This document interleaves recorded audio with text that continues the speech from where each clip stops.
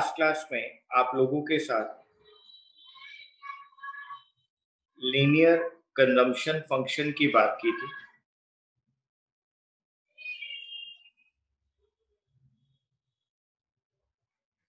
मैंने last class में आपके साथ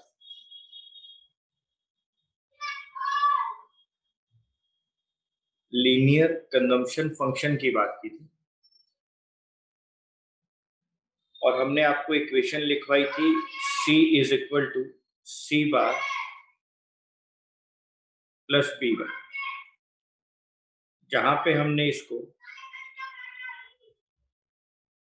ऑटोनॉमस कंजम्पशन कहा था।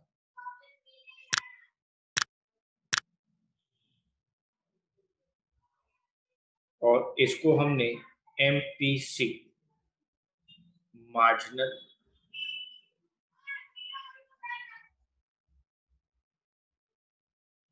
प्रोपेंसिटी टू कंज्यूम का।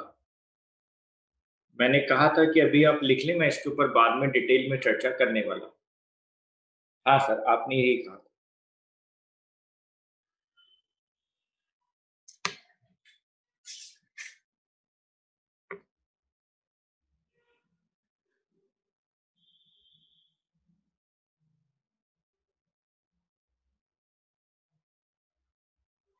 बेटे, कोई भी पर्सन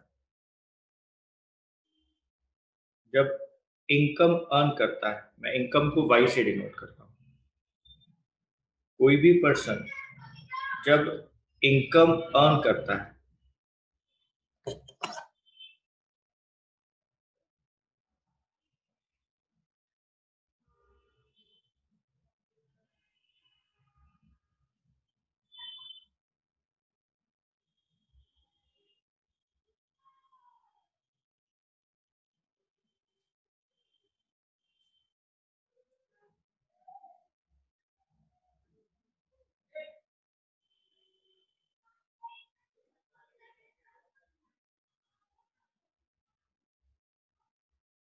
तो बेटे हमारे पास दो ही पॉसिबिलिटीज आती हैं। या तो वो इनकम का कुछ पार्ट कंज्यूम करता है, या वो बेटे कुछ पार्ट सेव कर लेता है। यानी इनकम में एक ऐसा पार्ट होता है जिसको कंज्यूम कर लिया जाता है, जो कंजम्पशन है, और एक पार्ट है इसको सेव कर लिया जाता है, जो हमारे लिए सेविंग, जो हमारे लिए सेविंग। यानी बेटे कोई भी पर्सन जब इनकम अर्न करता है तो उसका कुछ पार्ट कंज्यूम करता है और कुछ पार्ट सेव करता है। जी सर। कंजम्पशन को सी से डिनोट करेंगे और सेविंग्स को एस से डिनोट करेंगे। कंजम्पशन को सी से डिनोट करेंगे और बेटे सेविंग्स को एस से डिनोट करेंगे। ठीक है।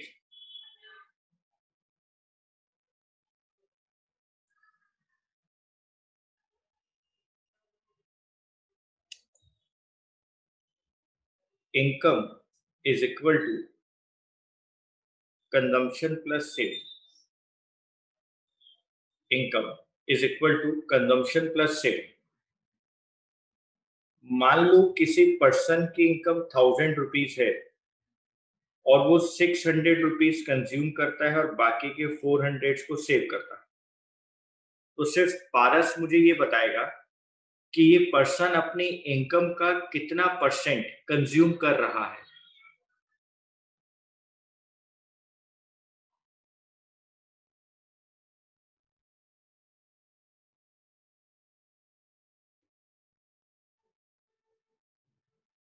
शाबाश, ठीक है पारस, बहुत अच्छी बात कही आपने कि ये जो पर्सन है वो अपनी इनकम का 60% कंज्यूम कर रहा है। बिल्कुल सही बात कही। 1000 रुपये अगर किसी पर्सन की इनकम है और वो उसमें से 600 रुपीज कंज्यूम कर रहा है, यानी वो अपनी इनकम का 60% कंज्यूम कर रहा है और वो अपनी इनकम का 40% और वो अपनी इनकम का 40% सेव कर रहा है, अपनी इनकम का 40% सेव कर रहा है, सेविंग्स कर रहा है। बेटे अगर मैं ऐसे लिखूं, income is equal to consumption plus saving, और मैं इसको फर्स्ट इक्वेशन मानूं और मैं लिखूं divide both sides by Y, मैं दोनों साइड्स को y से अगर डिवाइड करूं तो y अपॉन में y, c अपॉन में y, s अपॉन में y अपॉन y, तो सर 1 हो गया। इनकम का कितना पार्ट कंज्यूम करा, c अपॉन वाई, इनकम में से कितना पार्ट कंज्यूम करा, c अपॉन वाई, अपनी इनकम का कितना पार्ट कंज्यूम करा, c अपॉन वाई, अपनी इनकम का कितना पार्ट कंज्यूम करा, अपनी इनकम का कितना पार्ट कंज्यूम करा, c अपॉन वाई। इसको कहा जाता है average propensity, propensity to consume, इसको कहा जाता है एवरेज प्रोपेंसिटी टू कंज्यूम। अपनी इनकम में से कितना पार्ट सेव करा, अपनी इनकम में से कितना पार्ट सेव करा, अपनी इनकम का कितना पार्ट सेव किया,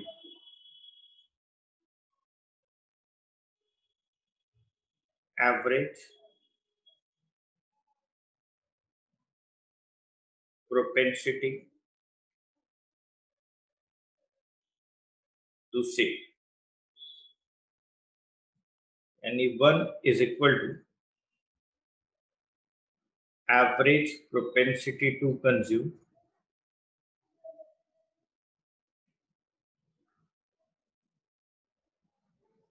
plus average propensity to save.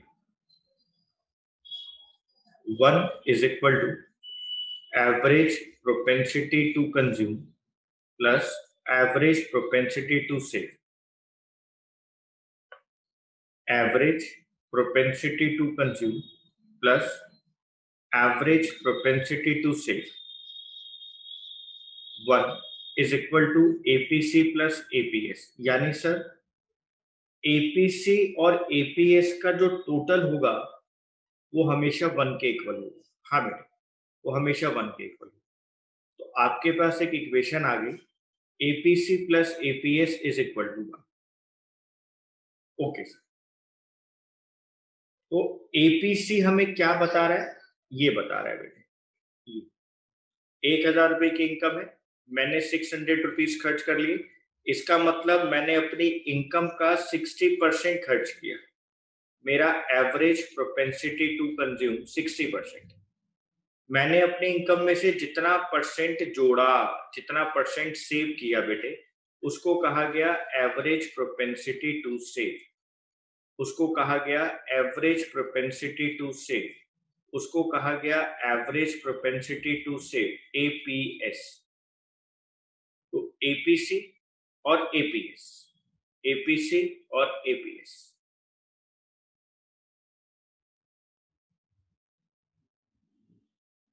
बच्चे लिखेंगे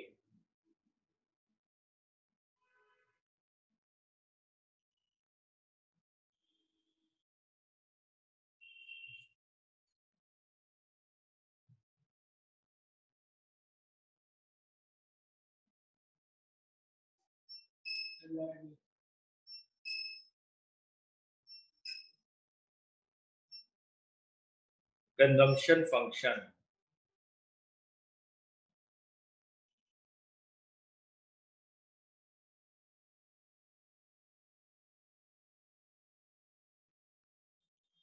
consumption function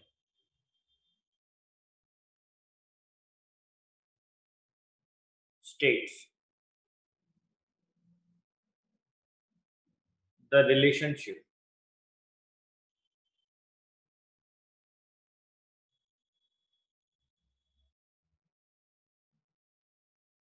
between consumption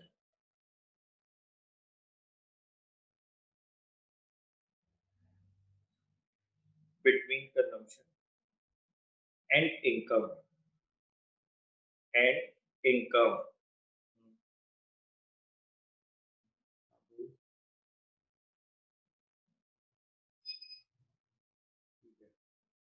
Consumption is a function of income.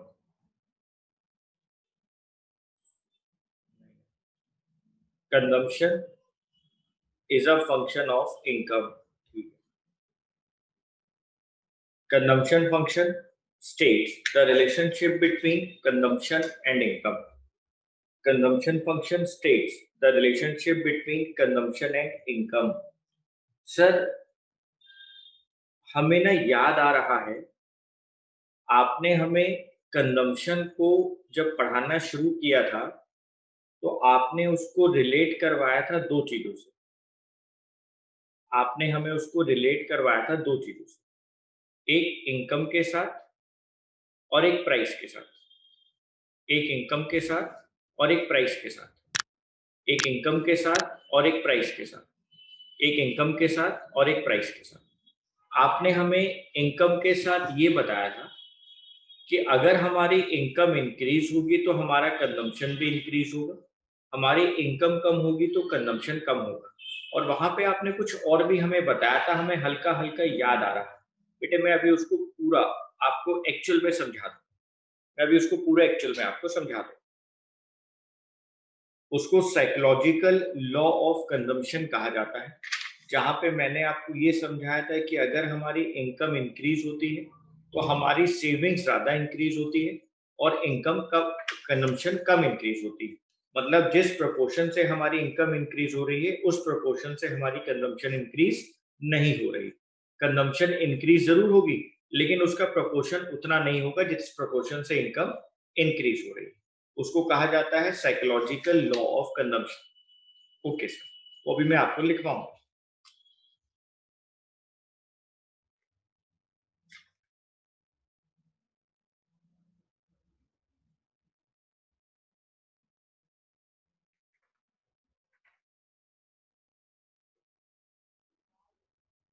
आप एक शेड्यूल बनाएंगे, लेवल ऑफ इनकम,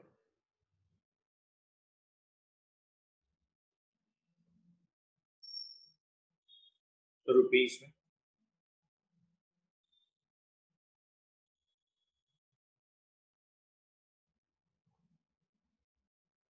कंजम्पशन यानी कि सी, रुपीस में, 0, 100, 200, 300, 400, 500। कंजम्पशन है बेटे 50, 100, 150, 200, 250, 3।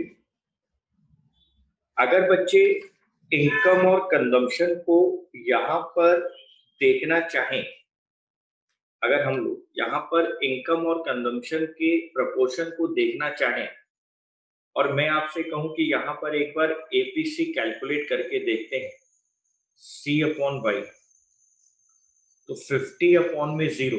बेटे, किसी भी वेरिएबल को 0 से डिवाइड करें तो नॉट डिफाइंड आता है। 100 अपॉन 100, 1। 150 divided by 200, 0.75।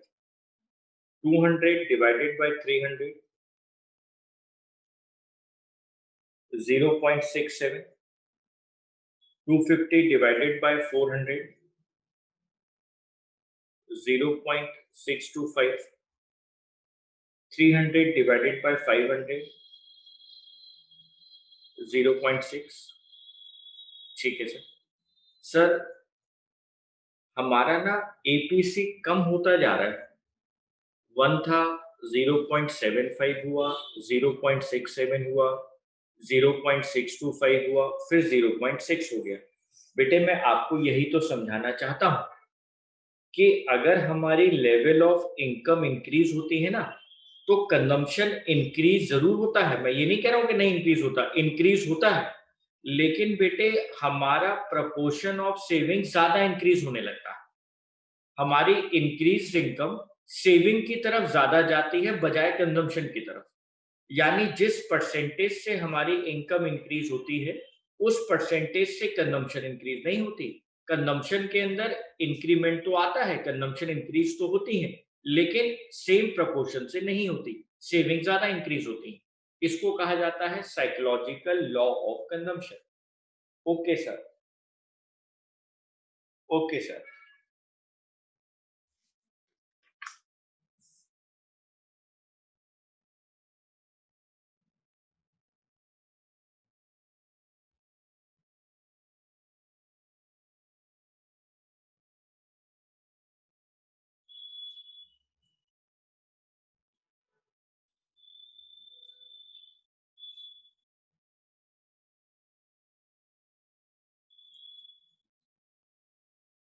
बेटे वाई एक्सिस पे लिखते हैं consumption,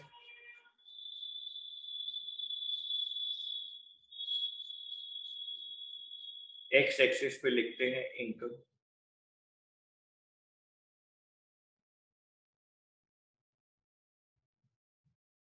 0, 100, 200, 300, 400, 500, 600,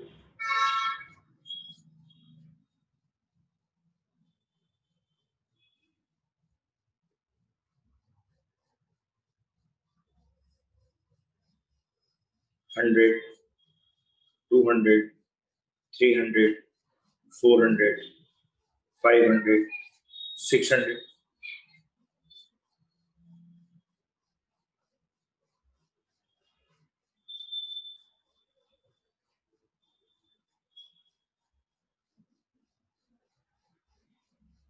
zero level of income पर 50 कंजम्पशन है। 100 लेवल ऑफ इनकम पर 100 कंजम्पशन है। 200 पर 150 कंजम्पशन है। 300 के ऊपर 200 कंजम्पशन है।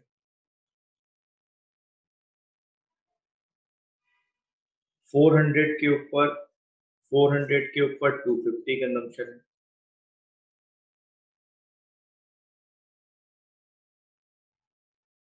500 के ऊपर 300 कंजम्पशन।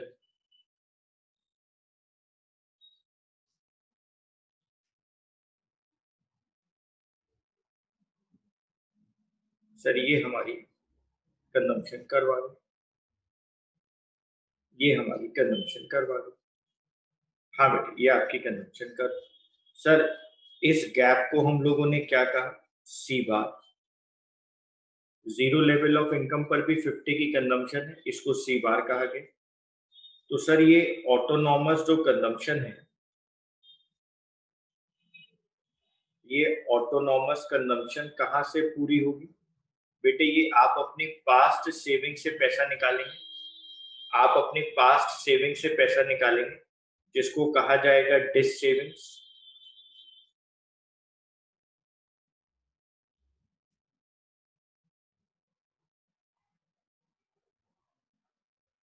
जिसको कहा जाएगा डिस सेविंग्स। आप अपनी पास्ट सेविंग से पैसा निकालते हैं।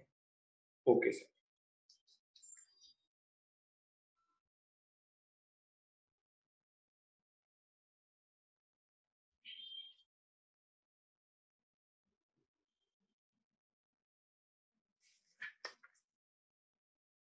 ये जो पॉइंट है ना 50 वाला, इसको मैं सी कह देता हूँ, सी।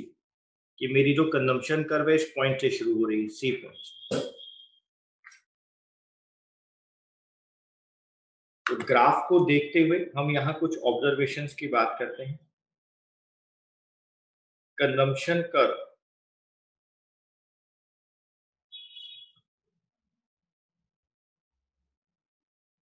consumption curve starts from point C on the y-axis.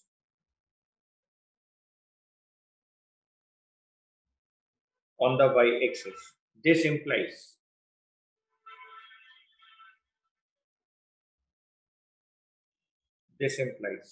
that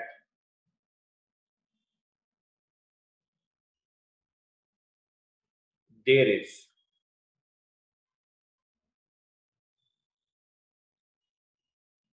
autonomous consumption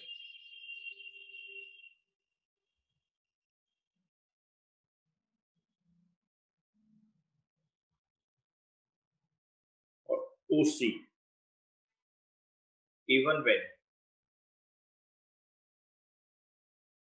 the income is zero.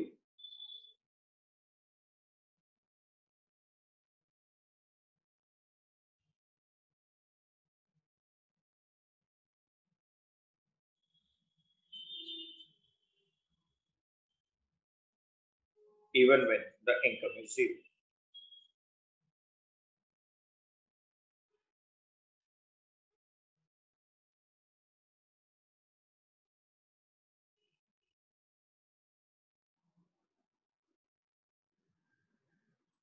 Point number 2. Consumption curve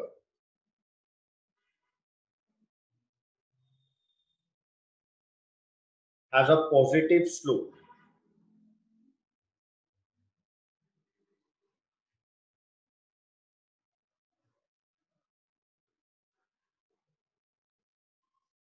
which indicates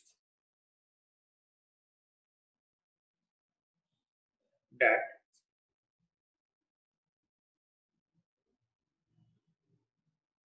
as income increases, as income increases,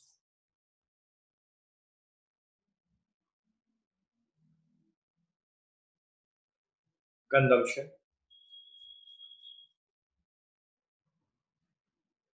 also rises. Yet,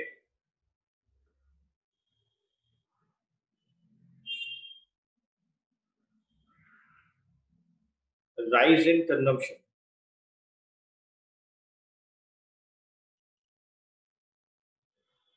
is less than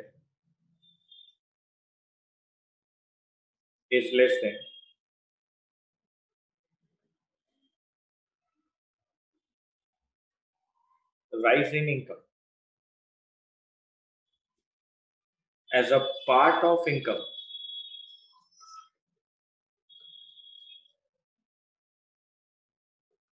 is saved.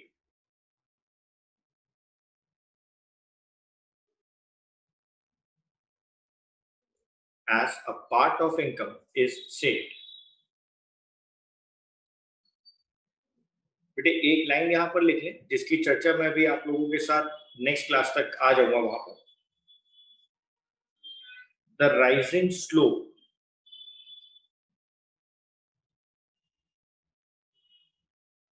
the rising slope of consumption curve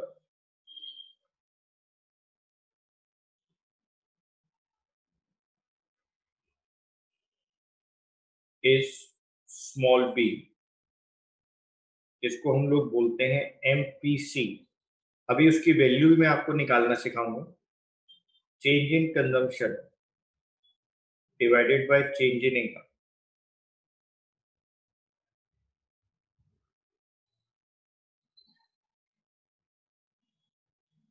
बच्चे जल्दी से note करें.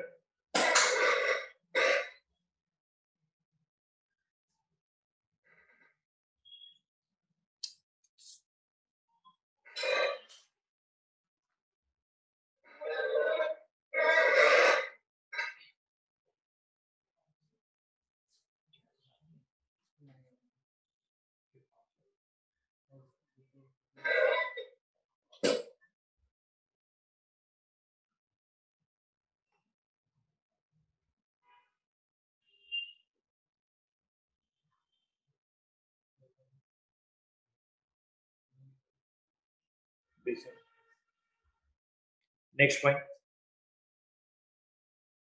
1 marker है बेटे, break even point. Break even point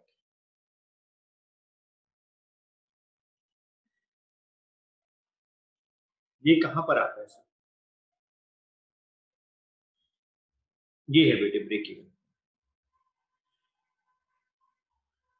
जहां पे income और consumption exactly same हो जाए, एग्जैक्टली सेम हो जाए, और जहां पे एपीसी की वैल्यू 1 होती है, इसका मतलब सर हम ये भी कह सकते हैं नो सेविंग्स। हाँ बेटे, बच्चे समझ गए मेरी बात। इनकम के दो ही तो पार्ट होते हैं, या तो आप कंज्यूम कर लो या सेव कर लो। अगर आपने 100 रुपए कमाए और 100 रुपए ही कंज्यूम कर लिए बेटे, तो आपकी सेविंग्स तो थी नहीं ना, आपकी सेविंग्स तो है नहीं, नो सेविंग्स हो गई। तो हम ये भी कह सकते हैं ब्रेक इवन पॉइंट वहां पर होता है जहां कंजम्पशन इनकम के इक्वल होता है, या हम ये भी कह सकते हैं कि ब्रेक इवन पॉइंट वहां पे आता है जहां पर सेविंग्स होती नहीं, नो सेविंग्स होती। ओके सर, और सेविंग्स वहीं पर होंगी, जीरो सेविंग्स वहीं पर होंगी जहां पर सारी इनकम खर्च कर दी गई। जी sir.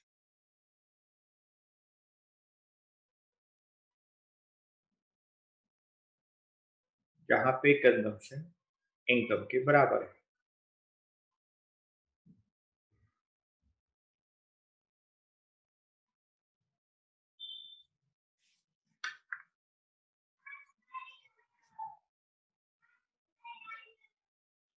At this point,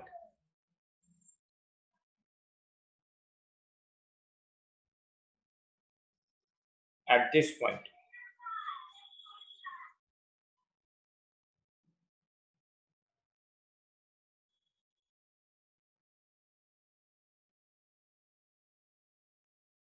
consumption expenditure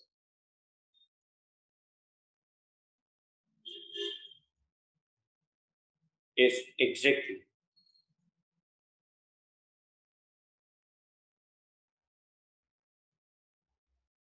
equal to income.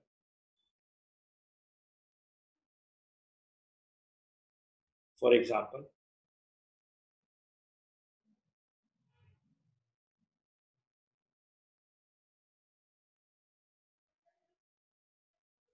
as per table given above,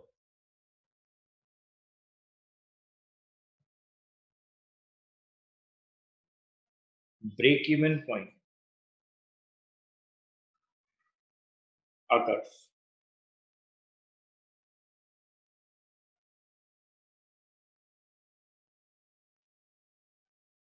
Corresponding to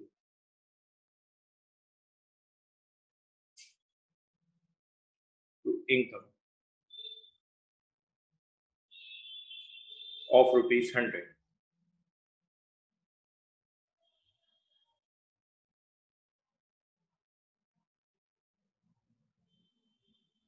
corresponding to income of rupees 100.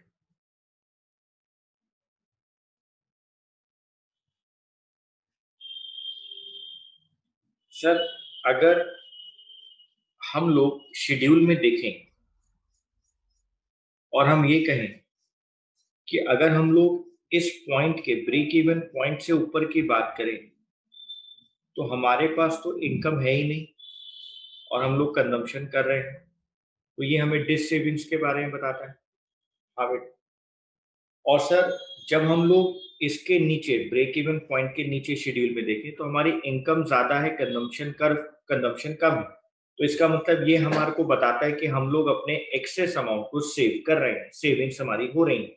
हाँ बेटे, ये हमें यही बताता है। ओके, हम इसके बारे में वैसे लिखेंगे।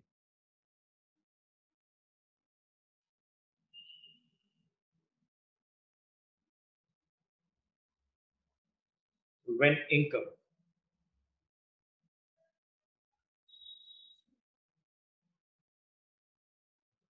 is less than consumption, when income is less than consumption,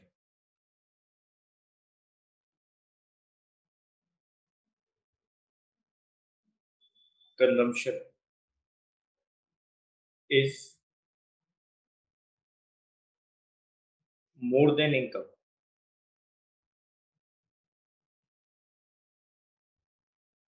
and deficiency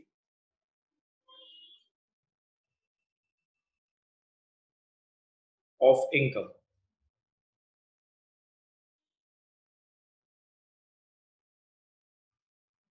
leads to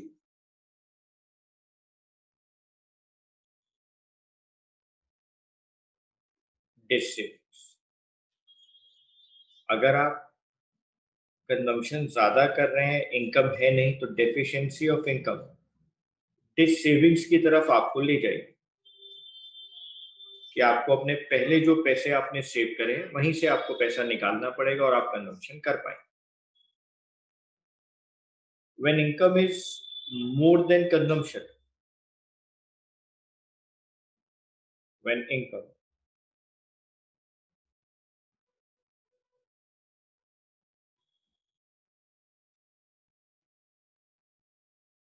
is more than consumption.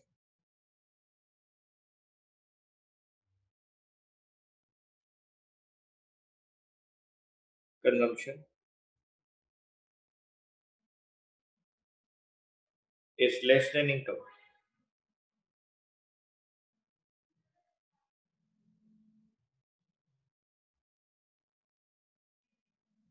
Excess of income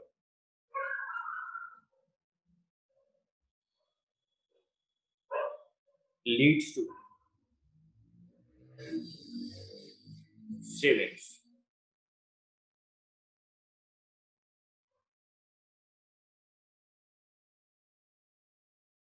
This indicates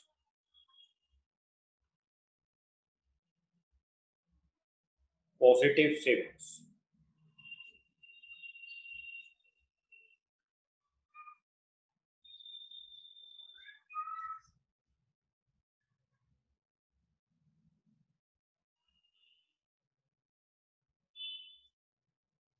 बच्चे जल्दी से नोट करेंगे। This indicates positive savings. बेटे हेडिंग डालेंगे बच्चे।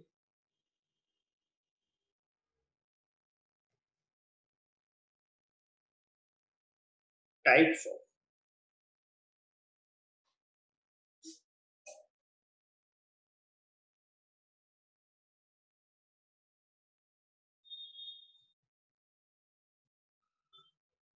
टाइप्स ऑफ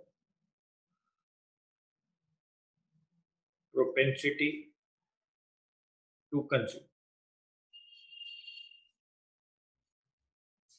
मैंने आपके साथ ए बी सी डिस्कस कर लिया है।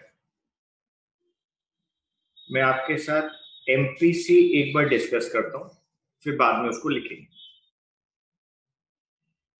बेटे इनकम में चेंज आने पर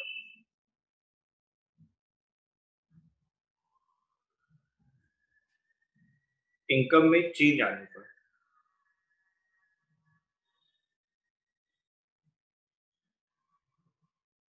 आपके कंजम्पशन में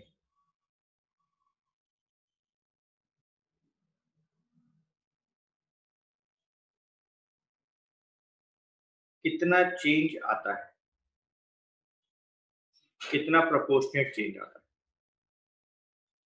उसको देखने के लिए एमपीसी कैलकुलेट होता है। Marginal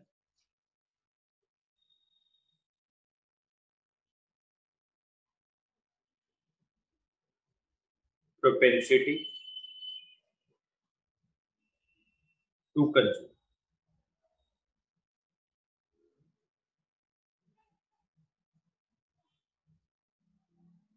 marginal propensity to consume,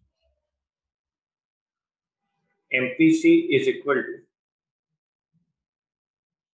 delta C upon by delta Y।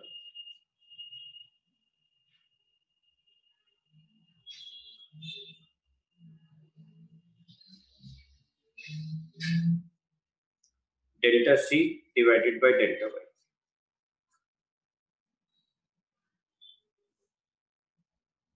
एक बार एग्जांपल देखो। फिर आगे की बात करता हूँ. For example, if income increases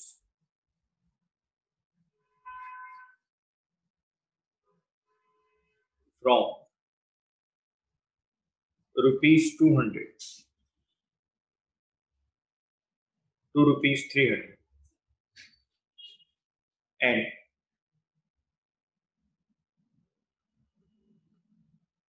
consumption increases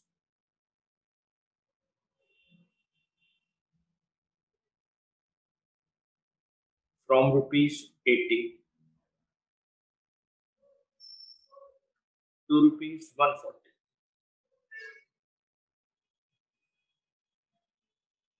then मैं एक तरफ इनकम लिख देता हूं, एक तरफ कंजम्पशन. इनकम 200 से 300 हो गई, कंजम्पशन 80 से 140 हो गई. तो बच्चे ध्यान से देखें, मेरी कंजम्पशन में कितना चेंज आया है. डेल्टा सी अगर मैं देखूं तो बच्चे कहते हैं 60. और बेटे अगर मैं अपनी इनकम में चेंज देखूं डेल्टा वाई, तो बच्चे कहते हैं 100. बच्चे कहते हैं 100 का चेंज. यानी सर, अगर मार्जिनल प्रोपेंसिटी टू कंज्यूम देखें तो हम ये कह सकते हैं कि 100 रुपए से इनकम में चेंज आया, लेकिन कंजम्पशन में सिर्फ 60 रुपीज से चेंज आया. 100% इनकम इंक्रीज हुई है बेटे, 200 से 300 हो गई, लेकिन यहाँ 100% से कंजम्पशन इंक्रीज नहीं हुई. यानी सर, इसको अगर हम कैलकुलेट करें तो 0.6 आता है. इसका मतलब है कि हमने, इट इंडिकेट्स, ये हमें दर्शाता है, इट इंडिकेट्स, यह दर्शाता है that 60% of increase in income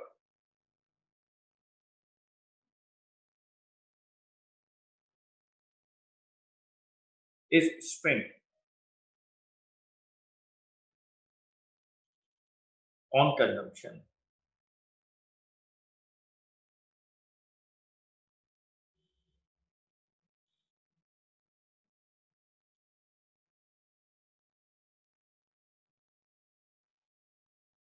It indicates that 60% of increase in income is spent on consumption. It indicates that 60% of increase in income is spent on consumption. Okay sir, okay sir. आप इसको ऐसे भी लिख सकते हैं, MPC is equal to change in consumption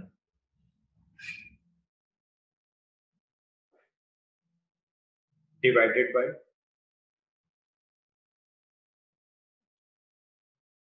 change in income.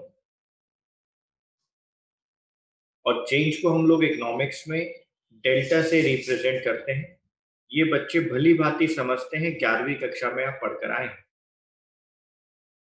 Delta change in किस में पढ़ते थे आप? Change in quantity demanded divided by change in price. Yes sir, yes sir. बस अभी आप इतनी सी बात लिखेंगे, एमपीसी को लेकर अभी आप इतनी सी बात लिखें. मैं अब आपसे पहले विशेष रूप से एपीसी के ऊपर चर्चा करूंगा.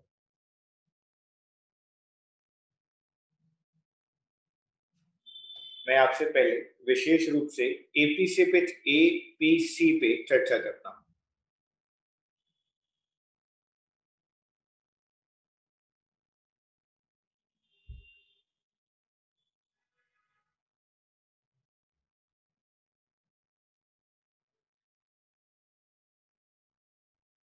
Propensity to consume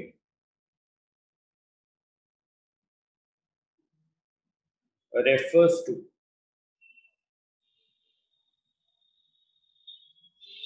a schedule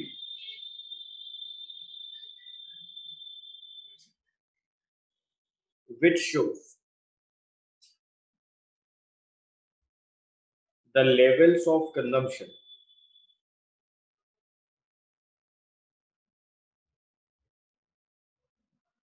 at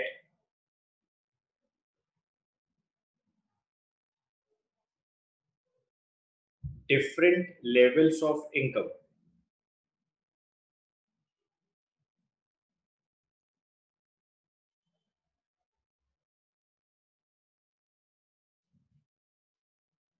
In an economy.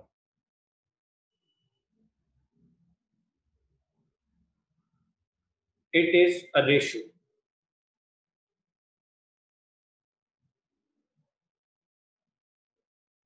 between consumption and income.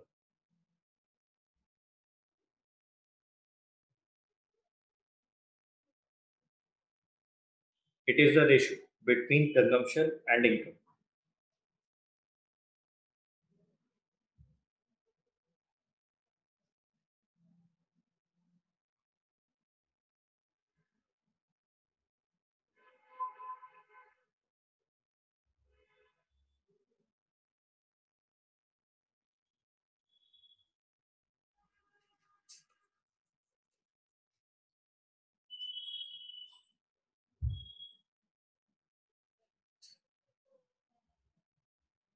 अभी मैंने आपको सिर्फ प्रोपेंसिटी टू कंज्यूम का मतलब बताया. Propensity to consume refers to a schedule which shows the level of consumption at different level of income in an economy. कि किसी भी इकोनॉमी के अंदर different different level of income पर डिफरेंट डिफरेंट कंजम्पशन लेवल जो दिखाई जाता है उसको प्रोपेंसिटी टू कंज्यूम कहा जाता है. It is a ratio between C and Y. मैं एपीसी की बात करूंगा, एवरेज प्रोपेंसिटी टू कंज्यूम की बात करूंगा. इट इज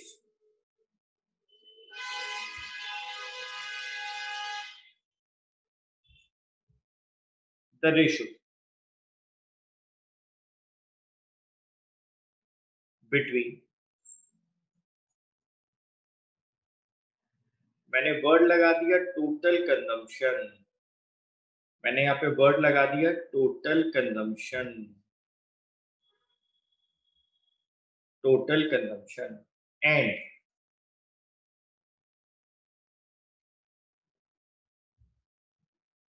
टोटल इनकम यानी कि Y.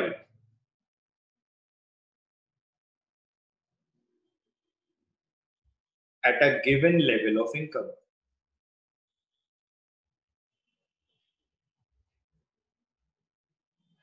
At a given level of income and total income at a given level of income. It is the ratio between total consumption and total income, total consumption and total income at a given level of income in the economy.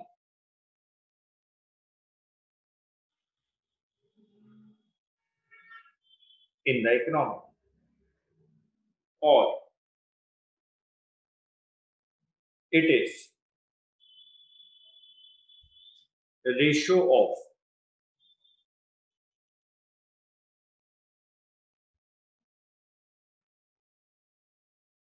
consumption expenditure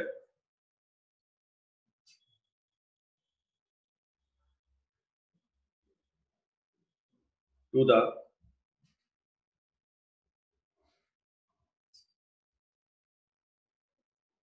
corresponding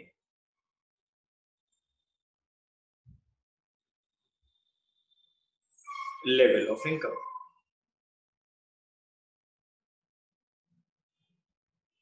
To the corresponding level of income. APC is equal to consumption divided by income. Sir ये तो आप पहले लिखवा चुके हो, मैं बेटे अब आपको पूरा डिटेल में लिखवा रहा हूँ. Consumption divided by income.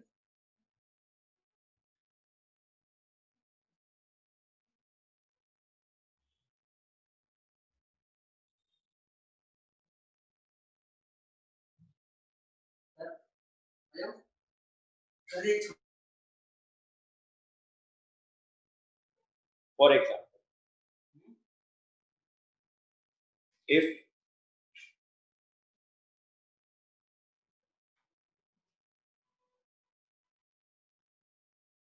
consumption is rupees 60 crore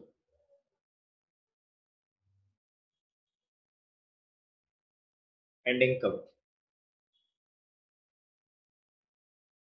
is rupees 100 crore, then APC 60 upon 100 is equal to 0.6. It means that 60% of income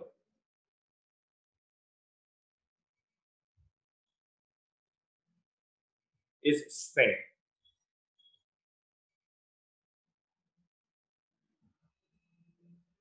on consumption.